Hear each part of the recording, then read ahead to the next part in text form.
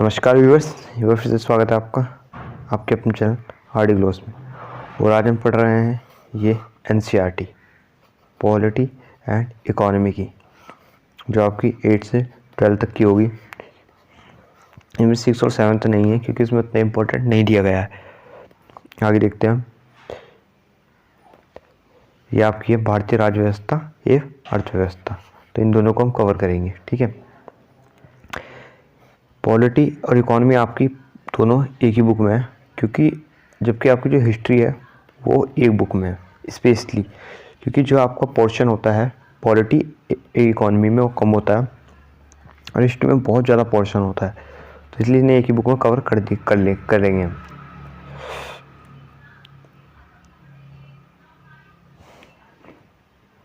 तो यहाँ पे लिखा है कक्षा 8 से 12 तक की NCERT को हम पढ़ेंगे। ठीक है, इसमें हम प्रश्नों को पढ़ेंगे जो आपके 8 से लेकर 12 तक के NCERT में इम्पोर्टेंट हो सकते हैं। यह अनुक्रम है आपका सिलेबस, और ये आपका पहला पॉलिटी, तो इसे हम कवर करेंगे। इसकी जो बुक है, पहली पुस्तक होगी आपकी कक्षा 8 की, सामाजिक एवं राजनीतिक जीवन 3rd। तो हम इसे वो पढ़ेंगे। पहले चलते अपने चैप्टर की तरफ, और उसके बाद हम पढ़ेंगे अर्थव्यवस्था के बारे में। ठीक है,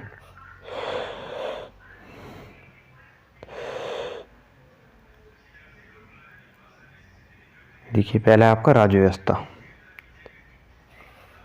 पॉलिटी। आपकी जो लक्ष्मीकांत की बुक है इंडियन पॉलिटी, वो काफ़ी हाई लेवल पे है, तो उससे पहले आपको बेसिक जो है आपके क्लियर करने पड़ेंगे, तभी आप हाई लेवल पे जा सकते हैं। इसलिए आपने NCERT पढ़ ली होगी, तो कुछ क्वेश्चन देख लेते हैं कि आपने कितना सीरियस से पढ़ा है। ठीक है,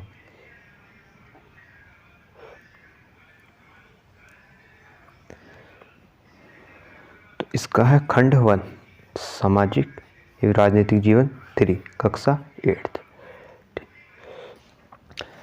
पहले पढ़ेंगे हम भारतीय संविधान के बारे में। आपका 2 है यहाँ पे, भारतीय संविधान एवं धर्मनिरपेक्षता। तो यहाँ पे आपका पहला क्वेश्चन देखते हैं, संविधान के संदर्भ में निम्नलिखित कथनों पर विचार कीजिए। पहला कथन है आपका, जिन देशों के पास अपना संविधान होता है वे सभी लोकतांत्रिक देश होते हैं। कथन 2 है आपका, संविधान समाज के मूलभूत स्वरूप का निर्माण करता है। उपयुक्त कथनों में से आपको बताना है कि आपका कौन सा कथन सही है। तो आपके पास 4 ऑप्शन है। ये ऑप्शन है आपका केवल 1, बी है केवल 2, सी है 1 और 2 दोनों, और डी है ना ही 1 और ना ही दूसरा। तो उसका जो आंसर है वो है आपका बी। आपका केवल उत्तर नंबर 2 सही है। संविधान जो है वो समाज के मूलभूत स्वरूप का निर्माण करता है। आपका जो पहला कथन है कि जिन देशों में संविधान होता है वे सभी लोकतांत्रिक देश होते हैं, तो ये असत्य है। इसकी व्याख्या देखते हैं। यह आवश्यक नहीं कि जिन देशों के पास अपना संविधान होता है वे सभी लोकतांत्रिक देश होते हैं। एग्जाम्पल के तौर पे चीन, वेनेजुला आदि। इसलिए आपका जो कथन है वो एक गलत है। संविधान उन आदर्शों को सूत्रबद्ध करता है जिनके आधार पर नागरिक अपने देश को अपनी इच्छा व सपना के अनुसार रच सकता है। अतः आपका विकल्प 2 सही है। क्वेश्चन नंबर 2 देखते हैं हम। संविधान सभा के गठन से संबंधित निम्नलिखित कथनों पर विचार कीजिए। पहला कथन है आपका, 1934 में भारतीय राष्ट्रीय कांग्रेस ने संविधान सभा के गठन की मांग को पहली बार अपनी अधिकृत नीति में शामिल किया। कथन 2 है आपका, भारत में संविधान सभा का गठन 1946 में किया गया। उपयुक्त कथनों में से आपको बताना है कि कौन से कथन आपके असत्य हैं। 4 ऑप्शन है यहाँ पे। ऑप्शन ए केवल 1, ऑप्शन बी केवल 2, ऑप्शन सी 1 और 2 दोनों, और ऑप्शन डी है ना तो 1 और ना ही 2। तो इसका आंसर देखते हैं हम। तो इसका जो उत्तर है वो है डी, ना तो 1 ना ही दोनों। तो इसका मतलब ये आपको दोनों ही कथन सही है। 1934 आपकी वह तिथि है जब भारतीय राष्ट्रीय कांग्रेस ने संविधान सभा के गठन की मांग को पहली बार अपनी अधिकृत नीति में शामिल किया, और 1946 वो तिथि है जब भारत में संविधान सभा का गठन किया गया था, दिसंबर 1946। ठीक है, नेक्स्ट क्वेश्चन देखते हैं हम, की व्याख्या पढ़ते हैं पहले।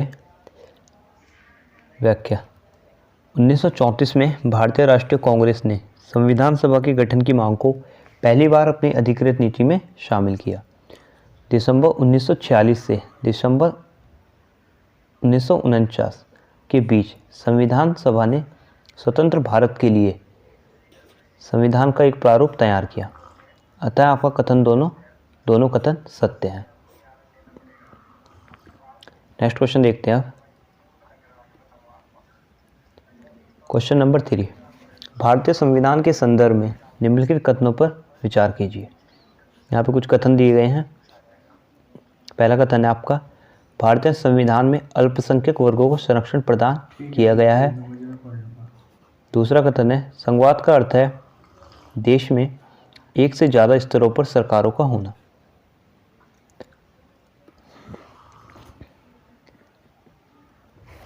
तो उपयुक्त कथनों में से आपको बताना आपके कौन से कथन सही है। ए कथन है आपका, ए ऑप्शन है केवल एक, बी है केवल दो, सी है एक और दो दोनों, डी है ना तो एक ना ही दोनों।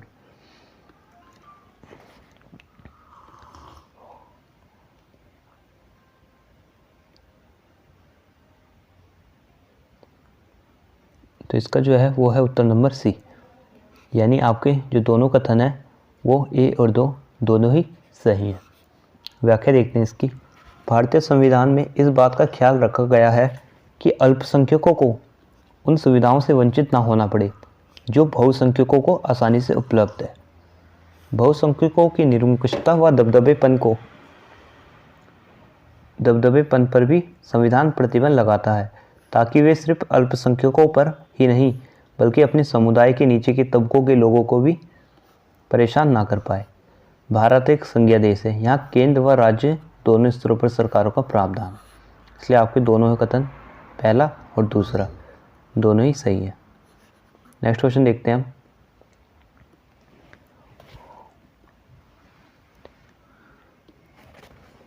क्वेश्चन नंबर 4, सरकार के अंगों में शामिल है। इनमें से आपको बताना है कि कौन कौन से सरकार के अंग हैं। ठीक है, पहला आपका कार्यपालिका, दूसरा विधायिका, तीसरा न्यायपालिका और चौथा है नगरपालिका। यहाँ पे ऑप्शन दिए गए हैं आपके 4, इनका प्रयोग करके बताना है आपको। तो इसका आंसर है बी सही है, केवल 1, 2 और 3।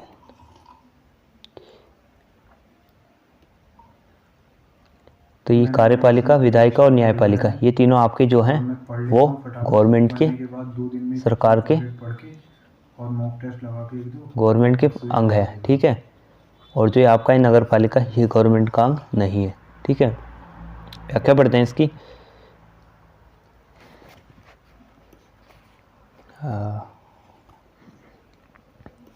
विधायिका में जनता द्वारा निर्वाचित प्रतिनिधि होते हैं। कार्यपालिका ऐसे लोगों का समूह है जो कानून लागू करने व शासन चलाने का काम देखते हैं। न्याय की व्यवस्था न्यायपालिका द्वारा की जाती है। संविधान में इन तीनों को सरकार का अंग माना जाता है, इसलिए आपको पहला, दूसरा और तीसरा तीनों ही कथन सत्य हैं। देखिए जो आपकी ये है सरकार के जो अंग हैं आपकी, ये न्यायपालिका, कार्यपालिका और विधायिका। तो 1748 में एक फ्रांसीसी दार्शनिक थे आपके, जिनका नाम था मॉन्टेस्क्यू। उनकी एक पुस्तक आई थी जो थी द स्पिरिट ऑफ लॉस। उनकी एक पुस्तक थी द स्पिरिट ऑफ लॉस। वहाँ से आपका ये निकला है, इसे कहते हैं द सेपरेशन ऑफ पावर, शक्तियों का पृथक्करण भी कहा जाता है हिंदी में। तो उन्होंने इसे इस तरीके से बांटा था ताकि जो सरकार है वो शक्तियाँ बांटकर अपना काम कर सके। ठीक है,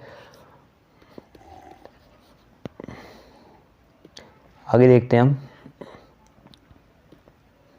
क्वेश्चन नंबर 5 है आपका, संविधान लागू होने के समय निम्नलिखित में से कौन से अधिकार मौलिक अधिकारों में शामिल नहीं थे।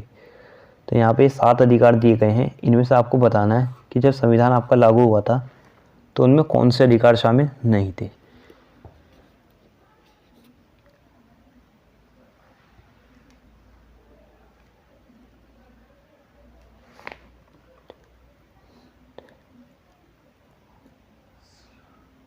तो इसका उत्तर है जो है वो है डी।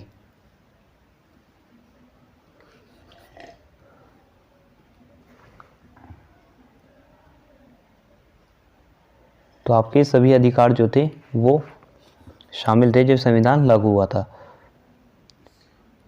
इसकी व्याख्या पढ़ते हैं हम। संविधान लागू होने के सभी उपयुक्त सभी अधिकार मौलिक अधिकार के अंतर्गत शामिल थे। बाद में 44 से संविधान संशोधन द्वारा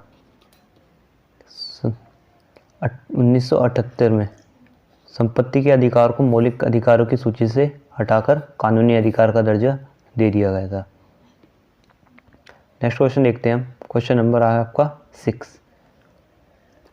निम्नलिखित सूची 1 को सूची 2 से सम्मिलित कीजिए। यहाँ पे एक सूची 1 है और सूची 2 है। तो यहाँ पे ये वाली आपको ये ऑप्शन ABCD यहाँ पे मिलाने, आपको किस पे सही मिलेगा।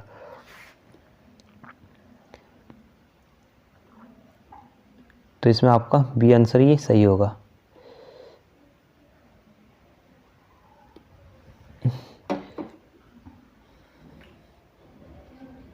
ठीक है, जो आपका वो है संविधान सभा की जो अंतिम बैठक थी वो आपकी 24 जनवरी 1950 को हुई थी। डॉक्टर भीमराव अंबेडकर के अनुसार संविधान की जो आत्मा है वो है आपका सार्वजनिक उपचारों का अधिकार, जो आपका आर्टिकल 32 में दिया गया है। सी है आपका संविधान सभा की जो प्रथम बैठक थी वो आपकी दिसंबर 1946 को हुई थी। और संविधान का जो हस्तलेखन है, यानी संविधान को जिन्होंने लिखा था वो थे प्रेम बिहारी नारायण रायजादा। इनका पूरा नाम नहीं लिखा हुआ है यहाँ पे। तो इन्होंने 6 महीने के अंदर संविधान को अपने हाथों से लिखा था। नेक्स्ट क्वेश्चन देखते हैं हम।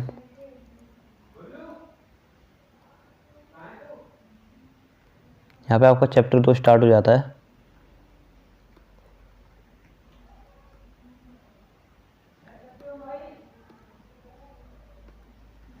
धर्मनिरपेक्षता की समझ।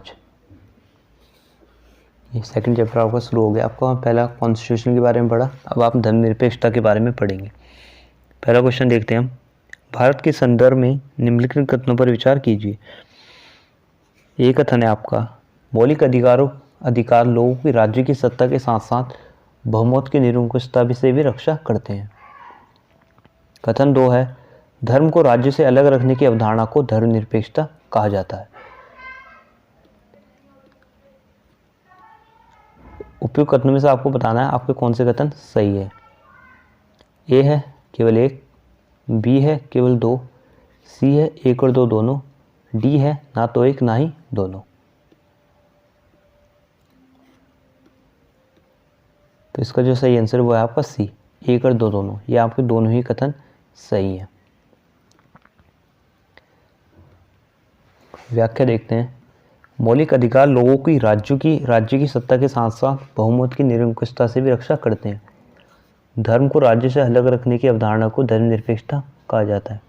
अगर कॉन्स्टिट्यूशन के आर्टिकल के थ्रू कहा जाए तो ये आपका आर्टिकल 25 में है धर्मनिरपेक्षता। इसलिए आपके दोनों कथन सत्य हैं। क्वेश्चन नंबर 2 है आपका निम्नलिखित कथनों पर विचार कीजिए। पहला कथन है भारत में सभी नागरिकों को एक धर्म से निकलकर दूसरे धर्म में को अपनाने की स्वतंत्रता प्राप्त है। कथन 2 है भारतीय संविधान के अनुसार भारत एक धर्मनिरपेक्ष राज्य है।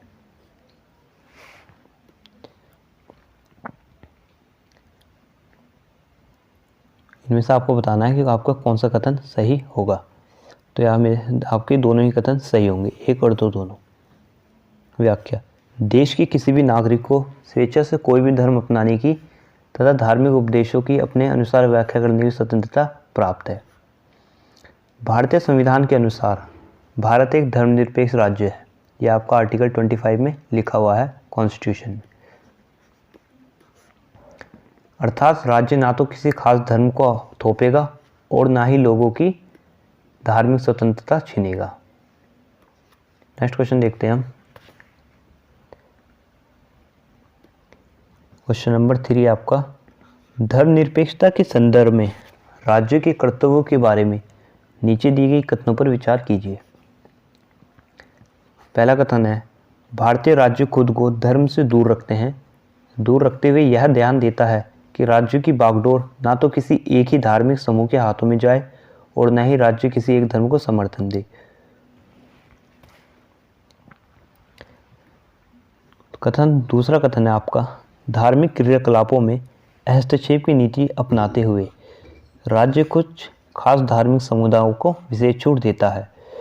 तीसरा कथन है, धार्मिक वर्चस्व को रोकने के लिए भारतीय राज्य कभी कभी हस्तक्षेप करते हुए धर्म में फैली बुराइयों का निषेध करता है।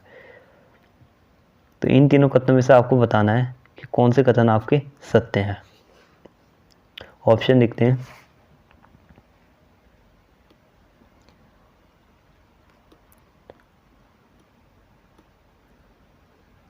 ए ऑप्शन है आपका केवल 3, बी ऑप्शन है 2 और 3, सी है केवल 1 और 2 और डी है उपयुक्त सभी।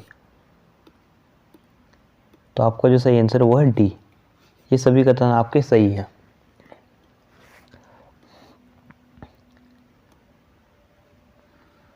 व्याख्या, नीचे दिए गए सभी विकल्प राज्यों के कर्तव्य के विषय में सत्य है। नेक्स्ट क्वेश्चन देखते हैं हम हमारा।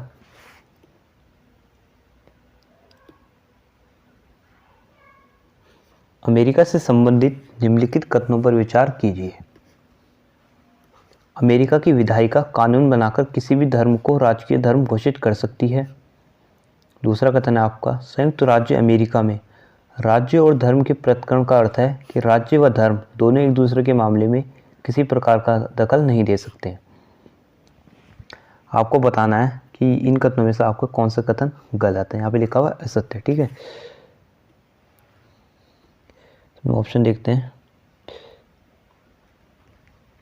ऑप्शन ए है आपका केवल 1, ऑप्शन बी है केवल 2, ऑप्शन सी है 1 और 2 दोनों, ऑप्शन डी है ना तो 1 ना ही 2।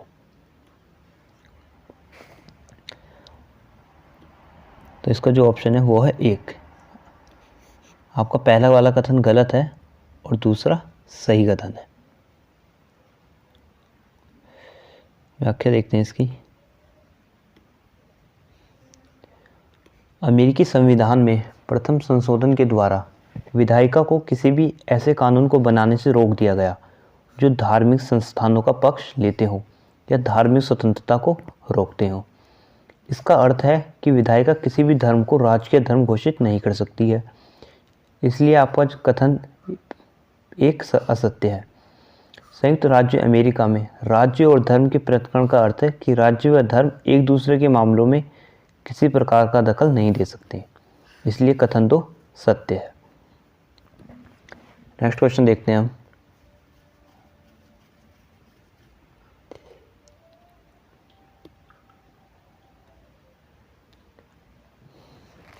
क्वेश्चन नंबर 5, भारतीय संविधान में निहित धर्म संबंधी अधिकारों के विषय में निम्नलिखित कथनों पर विचार कीजिए। पहला कथन है आपका, संविधान में वर्णित प्रावधानों के आधार पर राज्य धर्म के मामलों में हस्तक्षेप कर सकता है। दूसरा कथन है, भारतीयों को प्राप्त मौलिक अधिकार धर्मनिरपेक्षता के सिद्धांतों का विरोध करते हैं। उपयुक्त कथनों में से आपको बताना है कौन सा कथन आपका सत्य है। ऑप्शन ए है केवल 1, ऑप्शन बी है केवल 2, ऑप्शन सी है 1 और 2 दोनों और ऑप्शन डी है ना तो 1 और ना ही 2। तो इसका जो सही आंसर है वो है आपका ए, केवल 1। पहला आपका कथन सत्य है। दूसरा जो ये कथन है, भारतीयों को प्राप्त मौलिक अधिकार धर्मनिरपेक्षता के सिद्धांतों का विरोध करते हैं, तो ऐसा नहीं है।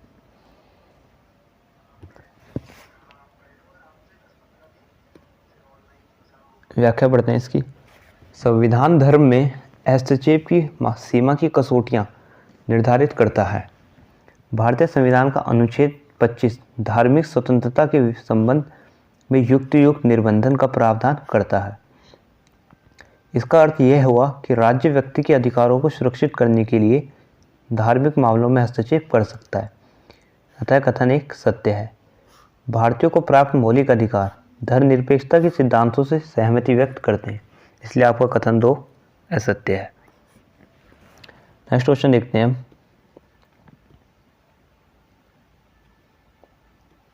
क्वेश्चन नंबर 6, निम्नांकित कथनों पर तर्क संगत विचार कीजिए। पहला कथन है आपका, भारतीय संविधान सभी को अपने धार्मिक विश्वासों को अपनाने की संकीर्ण छूट देता है। कथन 2, पंथ निरपेक्षता शब्द भारतीय संविधान में आरंभ से ही उल्लिखित था। उपयुक्त कथन में से आपको बताना आपका कौन सा कथन गलत है। यहाँ पे असत्य है, तो ए ऑप्शन है केवल 1, बी है केवल 2, सी है 1 और 2 दोनों, डी है ना तो 1 ना ही दोनों। तो इसका जो आंसर है वो है आपका सी, 1 और 2 दोनों। आपके दोनों ही कथन गलत है।